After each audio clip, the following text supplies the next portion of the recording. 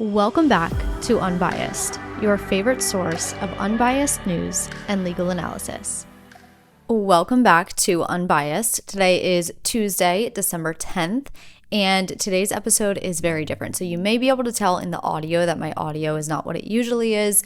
I also didn't have an episode yesterday, so if we piece the puzzle pieces together, it's because I'm out of town. I am traveling currently. So I am working with what I have, and which is not my, studio setup. So I have my little travel microphone with me, and we're just making do.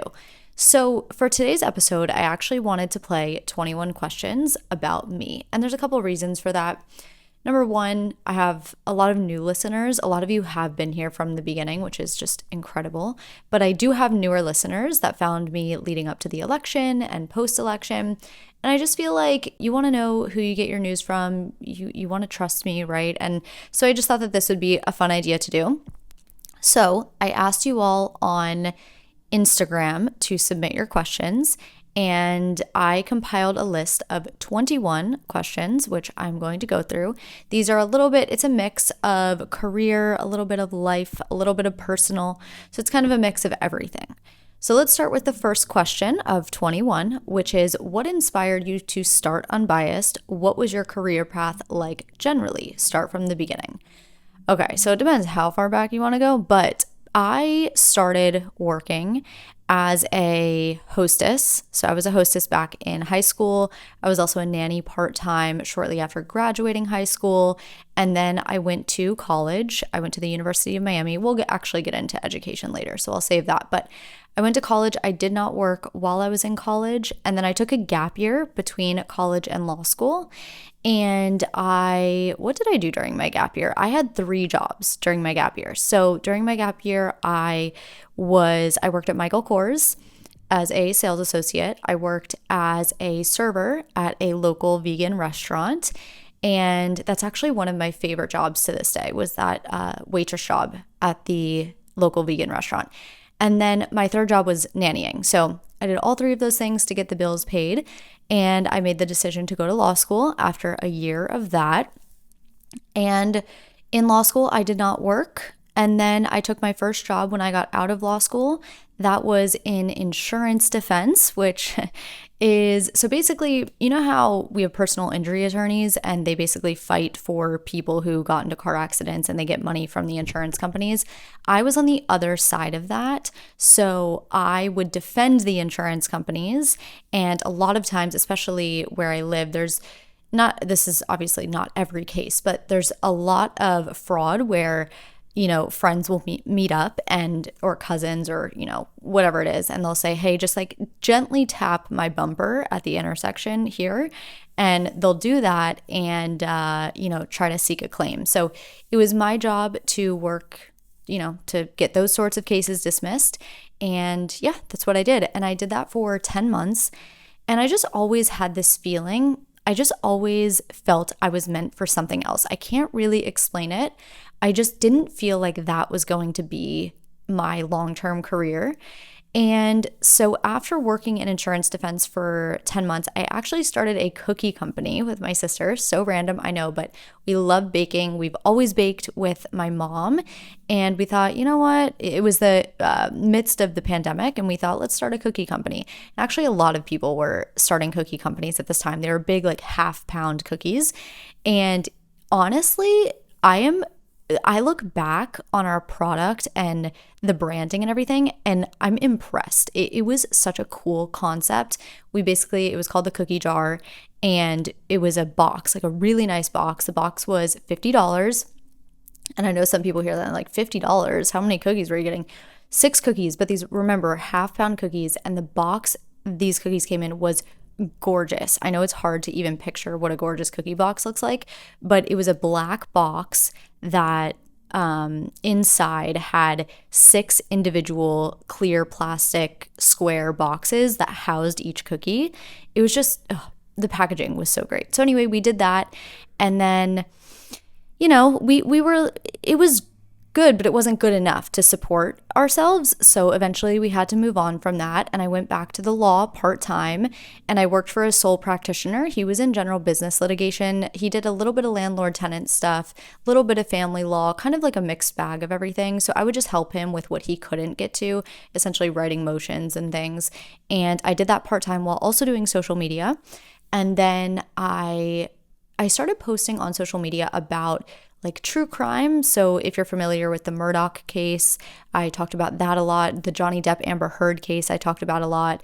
And when Roe versus Wade was overturned, I basically made a video on TikTok where I was like, listen, I want to talk to you about Roe versus Wade, not in an emotional way. I just want to give you the facts, and I want to tell you what this means, because there was a ton of hysteria on both sides, sort of, and no one really understood what the Supreme Court ruling meant, or, that it even stemmed from a completely different case. It was a case called Dobbs versus Jackson Women's Health Organization, and people didn't even know that. They just knew that Roe versus Wade was overturned.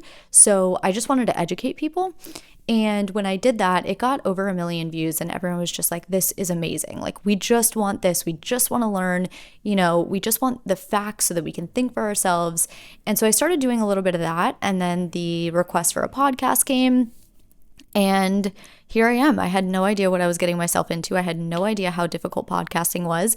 It's kind of crazy because you see these like daily 20-minute episodes come out and you think, oh, 20 minutes, that's really short, not realizing it is a full day's work. And I didn't know that either getting into it. So yeah, that is basically how I got to where I am. And that was the from the beginning explanation. Okay, so second question is, what was your aha moment that led you to where you are now? So again, I would say that it was the Roe versus Wade, the case that overturned Roe versus Wade, and the just response and feedback I got when I posted that video. It was quite evident that people wanted it, and I knew that there were people wanted it because, or there were okay, what am I saying here? I knew that there were people that wanted it because I wanted that, right? So in 2021, one of my New Year's resolutions, funny enough, was to turn off the news. I didn't like what the news had become. I wasn't learning anything. It was just you're basically turning on a network to get everyone else's opinions on things without actually learning. So I was like, this is not worth my time. But then because I turned off the news, I felt even more uneducated. So I really was creating everything that I had wanted. And I think when I posted that Roe versus Wade video, that was sort of the moment that I realized, wow, so many other people are looking for this. And so that's what I would sort of, I guess, consider the aha moment. Question number 3. Are you still practicing as a lawyer, or have you stepped away to focus on Unbiased? I do not practice anymore, and I never want to practice again. Billable hours are quite the thing. And yeah, I have no interest in going back.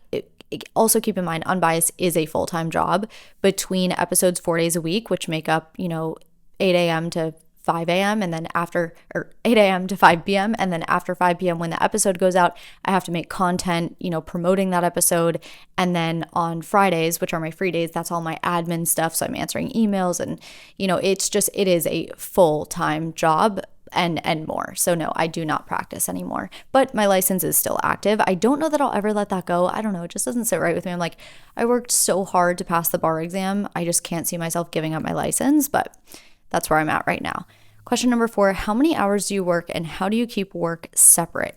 I work quite a lot. Like I said, it's usually 8 or 9 a.m. until I would say 6 or 7 p.m. by the time I get done. But then, there's a little bit here and there. My work kind of, like whenever I turn on the TV at night or something, I'm still kind of doing a little bit of work. And then, the weekends, let me put it this way, and my business owners out there will understand this. There's always something to do. So I never really run out of work, if that makes sense. But yeah, that kind of sums up how many hours I work. And then what do I do to keep work separate? I just make an active decision to turn off. So because my job revolves so much around social media, I really just make an effort when I'm with my family or when I'm, doing something special or, I just want to be unplugged. I make that active effort to not go on social media and just turn myself off. I don't check the news. Like, I know I can always come back and check the news later when I have to. I totally stay away from all of it. Question number 5, where did you go to undergrad, law school, and what did you practice before you were doing this? Okay, so we already said I practiced insurance defense, but as far as undergrad and law school, I went to the University of Miami, go Canes, and yeah, I got both of my degrees there. Question number 6, are you married? And if so, how did you meet? Someone also asked what my first impression of my husband was. So I met my husband because, yes, I'm married, and I met my husband because the law firm that I interned at, both summers of law school, one of the lawyers there was best friends with my now husband. So that is how I met him. And what was the other part what was my first impression of him?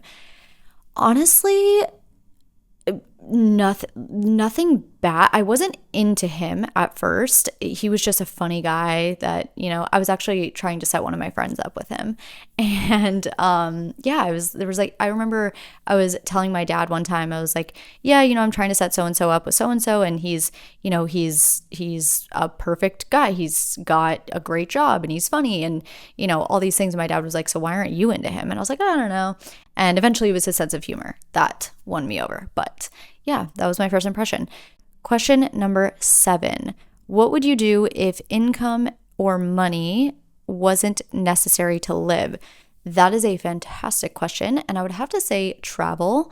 I didn't really travel much growing up, and ever since meeting my husband, he's more of the traveler, and so he's kind of gotten me into traveling a bit. We actually, if you've been around for a couple months, you would know that in September and October, we took a month, so 4 weeks, to go to Europe, and we went to Switzerland, London, Croatia, and Italy, and oh my gosh, it was the trip of a lifetime, truly. And yeah, it's seeing the world is incredible. Seeing other cultures is incredible. And yeah, I would probably do that if income or, money wasn't necessary. Next question, where have you traveled? Oh, wow. Okay. We're just staying on the travel topic. So as I said, I just went to Switzerland, Italy, Croatia, and London. Specifically, the cities were London, Grindelwald, Switzerland. What was the other? Oh, Bern, Switzerland. I loved Bern. I loved Bern and Grindelwald, truly. And then Croatia, we did Split. We did a day in Hvar, which is an island off of Split. And then we went to Dugi Otok, which is an island off of northern Croatia. It was so gorgeous. And then in Italy, we did Rome, Ravello, and Florence. And actually, one other city, what was Viareggio. And Viareggio was amazing. The hotel we stayed at was incredible. Other than that, that was, like I said, the trip of a lifetime. And other than that, when my husband and I first met, I met him over in Europe he was on a work trip. So I did go to Nice, Cannes, and some random city in Italy. I can't remember the name. I don't remember what it was, but I've been there. And then other than that, the Bahamas and, like the stops on a cruise. We did a couple cruises when I was younger, I would say. So, like Jamaica, Mexico, I think. And then a few states I've been to. I spend a week of every summer in northern Michigan. So yeah, it's basically the gist of where I've traveled. Question number 10. Do you ever get frustrated that you can't share your take or thoughts about things you report? So no. Maybe there's been 1 or 2 times where I think, it would be so nice to, share what I have to say about this. But for the most part, if there's anything that I have a strong opinion about that I really just need to talk about, I go to my husband or one of my family members and talk to them about it. But I think at the end of the day, truly, I am so passionate about what I do. I love what I do. And I never want to influence anyone else's decisions because I think, we all have our own individualized reasons for feeling the way we feel, for voting the way that we vote. And I never want to be someone who sways that opinion. So I'm just very passionate about giving information, unbiased information, and letting everyone think for themselves. And I think that always brings me back home. So even if there is something that I'm frustrated about, at the end of the day, my number one priority is just getting the facts and the information out there. And so I wouldn't really say I get frustrated now. Next question, what do you do for fun or in your free time? So for fun or my free time, I hang out with my family. My family lives relatively close to where I live, so I'm very, very fortunate and I get to go see them often. And I also am a big binge watcher. I love good TV shows. I love good movies. So I would say right now I'm currently watching Silo. I'm watching Yellowstone, and I think that's it. But I just watched the John Bonet documentary. I just love a good documentary. I love a good show. So you can find me doing that. I also love, love, love to watch football. I also love to bet on football. I feel like that might surprise some of you, but I love to bet on football. In fact, I have a partnership coming up with DraftKings. I always tell you guys that I will never take on a partnership that does not sit right with me and something like isn't something that I personally use. So when you hear that ad, just know I do love to bet on sports, specifically parlays. I actually created an Instagram account that I had promoted on my Jordan is my lawyer account called Jordan's Bets. And a few of you followed me on there, but I just, I got my hands full already. I can't have more accounts to post on, so I stopped posting on there. But yeah, I love betting on games and watching football. So I would say that's what I do and something else I do in my free time is DIY. I love DIY projects, specifically home design, little home renovations. The most recent renovation I did was my office. I sort of finished it. I had the back wall done, which is the wall that is in the back of all of my podcast episode videos, but I sort of finished off the office. And then before that, we DIY renovated the guest bathroom, and that was an interesting project. But yeah, love anything home design, DIY, renovation type stuff. Next question. Are you a sports fan? What sports teams? I feel like I'm answering all of the next questions and the question before unintentionally. Yes, I'm a sports fan, specifically football. I wouldn't really say I watch any other sports. I am a Detroit Lions fan because, another fun fact, I was born in Michigan. I didn't live there very long. I lived there for a few years when I was very young, but my whole extended family is still there. And like I said, I spend my summers in northern Michigan. So Detroit Lions. And then my husband, unfortunately, is a New York Giants fan. And, they're not that fun to watch. But hey, you know what? The Lions weren't fun to watch until this season either. So, every team goes through their seasons. But yes, the Detroit Lions and the Miami Hurricanes, obviously, but that's a college team. I prefer NFL over college football, but that's just a personal preference. Question 13, I think we're on. Do you have hair extensions? How do you blow out your hair? I get asked about my hair more than anything else, I swear. I don't have extensions. I am just blessed genetically with really great hair. I use a heated round brush to do my hair. I feel like I have sent the link to so many of you, but if I remember, I'll include the link in this episode description. If I don't, feel free to message me on Instagram and I will send it to you. Okay, do you have siblings? I do. I have an older brother, I have a younger sister, and then I have a much, much, much younger half brother and half sister. So big family. Next question. Are you a structured routine girly or are you a go with the flow girly? I am a structured routine girly through and through. Maybe in another lifetime I could be go with the flow, but that's just not me. If you catch me on, a random day where I'm just feeling really, really chill, maybe I can be a go with the flow girly, but for the most part, without a doubt, structure, routine, that is the name of my game. Do you have any pets? I don't have any pets. I grew up with not a lot, but a good amount of dogs. My parents are divorced. I always had a dog at both houses. So my first dog was a Samoyed, whatever you say. And then my next dog was a Siberian Husky, the love of my life. And my dad had a boxer, a miniature pinscher. Now currently has 2 mutts that he adopted, but they're gorgeous dogs. I've always had big dogs except for the miniature pinscher, so if I do get a dog, I probably will get a big dog. Sadly, we lost the Siberian Husky and the Boxer within 2 months, maybe 1 month of each other. It was really sad because both of those were technically my childhood dogs, and yeah, that was hard. That was last year, 2 years ago. And last year. Yeah, gosh. And so I will get a dog eventually. Right now I'm really enjoying the lack of responsibility. I know that sounds crazy, but you know what? I'm going to enjoy it while I can. And eventually I will get a dog, and it'll be a big dog. Question 16, I think we're on. Question 16, favorite holiday traditions. So let's see. Favorite holiday traditions. The first one that comes to mind is at my in-laws' house. So I spend Thanksgiving with my mom. I spend Thanksgiving Day with my mom, and then the day after Thanksgiving with my dad. And then for Christmas, we go up north and we see my in-laws. And one of my favorite holiday traditions is at my in-laws' house. They've done this ever since my husband was a little boy. It's called the Pajama Elf. And every Christmas Eve, the doorbell rings and we got to run to the door and see who it is. And by the time we get there, no one's there.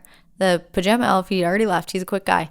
And on the doorstep are gift bags, and each gift bag is for someone. Like there's a name tag on each gift bag, and inside are pajamas.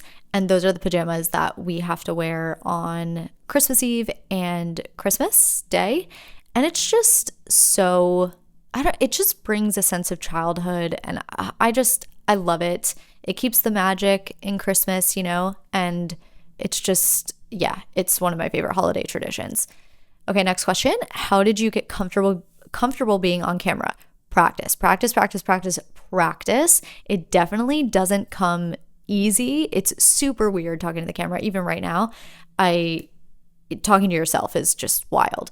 But I think just over, it just comes to time. Like anything, practice makes perfect. And not to say that I'm perfect by any means. I still make mistakes all the time when I'm on camera. But yeah, it's just practice. It's just getting used to looking at yourself and talking to no one, which is crazy, but you'll get used to it. All right, what are we on? Has your political opinion changed at all since doing more research into things? What a great question. Yes, the answer is yes. And I never share my thoughts and opinions, so I don't want to say too much here, but I will say that I think the more that you research, the more you explore your own biases, the more you research to rebut, your existing beliefs and confirm, I guess, you just tend to, they just change. This is a complicated question to answer. And like I said, I don't want to go into too much detail, but yes, I think the more that you learn, your beliefs will change. And yeah, that's what I'll say on that. Okay. Where do you like shopping for clothes? Let's see. My go-tos would be Abercrombie & Fitch, H&M, and Quince for sure. You guys have heard me promote that one. I'm sure. I love Quince. And what else? Alo Yoga, Lululemon. I'm a big athleisure girl. Right now in this video, I'm wearing athleisure. I'm almost always in athleisure. So I would say those are my top 5. I don't really believe in spending a ton of money on clothes. I've never been one to buy designer clothes. I just, I wear basics all the time, like sweatpants, basic t-shirts, whatever. And so I don't think I'll ever be, never say never, but I don't think I'll ever be one to really splurge on clothes. So yeah, I would say Abercrombie & Fitch, H&M, Quince, Alo Yoga, and Lululemon would have to be my top 5. Next question, do you want kids? I do, but not right now. I'm in such a growth phase of my life, and I've always wondered, since I was little, I have been so curious about where I'll end up and what I'll end up doing. And I always either wanted to be, actually, I don't even want to say either. I always wanted to be a teacher. And I feel so lucky to get to do that every day, but with my own spin on it.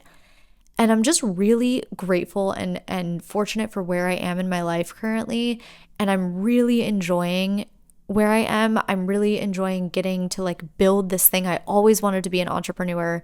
And I'm just in such a stage right now that I don't want to interrupt that. And I know that sounds crazy to say interrupt, but truly kids change your life, right? I mean, I'm someone who has a much, much, much younger brother and sister. They came into my life when I was 25. So I saw how much kids change things, and your whole life revolves around your kids. So right now I'm just kind of enjoying. I traveled for a month. You can't really do that once you have kids. So I do, but not right now. And last question, do you use filters? Your skin always looks amazing. What is your secret? So, okay, two things I want to say here. Number one, I am blessed with very nice skin. I don't ever really break out. I've never had acne. I never dealt with any of the hormonal acne. I've gotten really lucky with that. However, here's the other thing I will say on TikTok. So whenever you see my videos on Instagram, I always repurpose them from TikTok. So I'm recording in the TikTok app and then downloading them and uploading them to Instagram. And TikTok automatically has this, they call it a beauty filter, but it doesn't change. So it doesn't change your facial structure. It doesn't change like your eyes, your nose, your lips, nothing like that, or your face shape. It just sort of gives you this smoothing effect on your skin. And so that is why my skin always looks really, really smooth. Whereas if you were to see me in real life, I have, my face looks like normal skin. So yeah, I don't use filters in the sense that like I don't change my face at all. But I do, because I repurpose those videos, it automatically has that blurring TikTok effect, I guess. So that is what I would say about that. However, this year I have made it my mission. I've never really taken care of my skin just because, like I said, I never dealt with acne or anything like that. But I have this year made it my mission to take care of my skin. I'm past 30 now. So I'm going to be investing in my skin this year. I already did microneedling once. I have another appointment coming up for microneedling. I got skincare finally. I've never had skincare before. I just used Aveeno lotion and Neutrogena face wash, and that was it. But now I'm starting to take things a little more seriously because I just want to, sort of protect my skin all the time. I wear sunscreen every day now. So that's what I have to say about that. But that was 21 questions. I hope you loved that. Like I said, my whole goal in this was just to get you to know me a little bit better. I think I purposely don't show a lot of my life on social media. As I've gotten older, I just really appreciate really appreciate privacy. And so I just like to keep my business stuff business, but I also think it's important for you guys to know who you're getting your news from and who I am. And so I wanted to do this 21 questions. I hope you enjoyed it. Thank you so much for listening as always. And we will be back to normal daily news recaps starting tomorrow. Have a great night, and I will talk to you tomorrow.